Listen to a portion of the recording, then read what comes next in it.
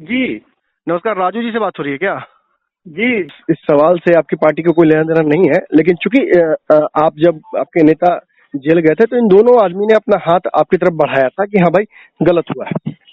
जीतन राम मांझी और मुकेश सहनी की कुल मुलाकात हुई है।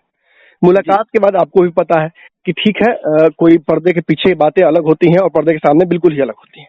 दबाव तो एनडीए की सरकार पर जबरदस्त है। दबाव ये भी डाला जा रहा है कि लालू यादव भी पीछे से खेला कर रहे हैं। कहीं आप लोग इसमें पीछे तो नहीं छूट रहे हैं? क्योंकि सेवादारी अपनी जगह पर है, लेकिन राजनीति में तो आप लोग लगातार, चूंकि आपके नेता भी थे तो वो भी अब जेल में है, तो ये सारी सियासत के बीच आपका स्टैंड क्या है?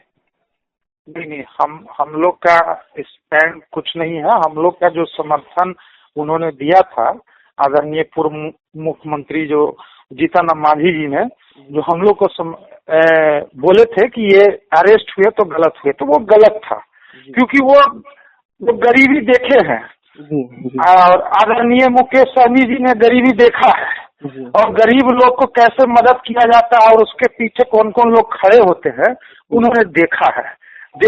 इसके लेके उन्होंने समर्थन किया है कि इनके साथ जो गलत हुआ है वो सही में गलत हुआ है, वो साजिश के तहत इनको फंसाया गया है। तो आप लोग क्यों गरीबी से जुड़े हुए हैं इन लोगों से? जब गलत हो रहा है तो क्यों नहीं इस्तीफा दे के ये लोग आपके साथ आते हैं? एक ऐसा फ्रंट बनाइए।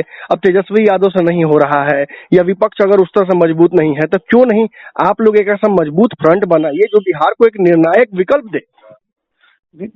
अभी तक हर चीज में यदि सरकार के एंटी में कोई खड़ा हुआ है, सेवा करते भर में सरकार के हर कमियों को कोई उजागर किया है, तो वो एक ही नेता है।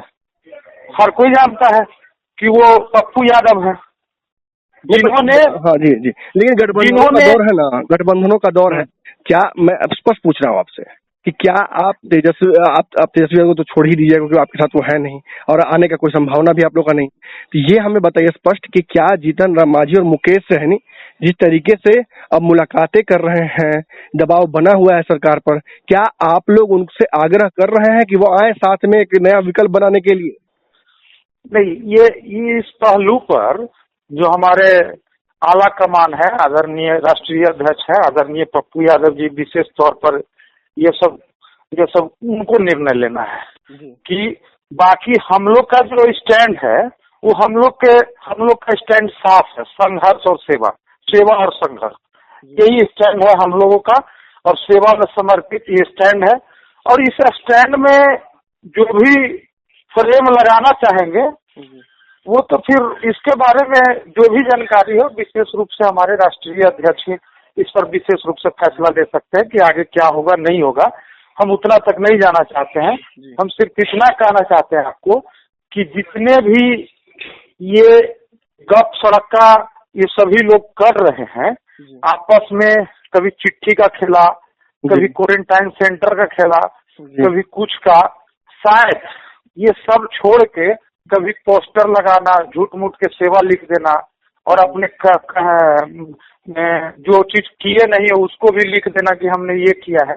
इन सभी को छोड़ के शायद बिहार में यदि सभी जनप्रतिनिधि सेवा करते तो हो सकता था कि जो आंकड़ा आज मृत्यु का है कोरोना से उसमें 90% की कटौती रहती है। मतलब आपको लगता है कि बिहार में सरकार ने जो काम किए हैं वो बिल्कुल ही नाकाफी है? थोड़ी थोड़ी अगर इनिशिएटिव सरकार के द्वारा ली जाती तो कई जानें बचाई जा सकती थी। बोले तो कि 90% लोग बच सकते थे जी।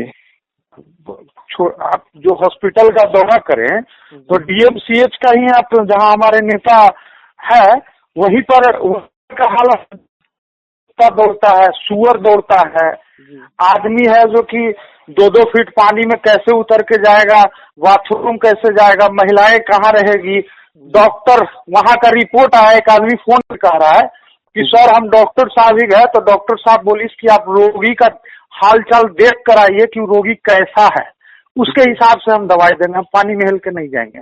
तो ऐसा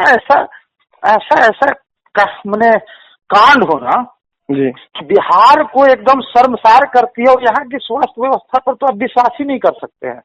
कोई यहाँ के जनप्रतिनिधि जो अभी है सत्ता में जी। और जिनको जनता ने चुन कर भेजा है, एक भी पीएमसीएच और एनएमसीएच में भर्ती होकर दिखा दे कि हमको ये रोग हम भर्ती हो रहे हैं।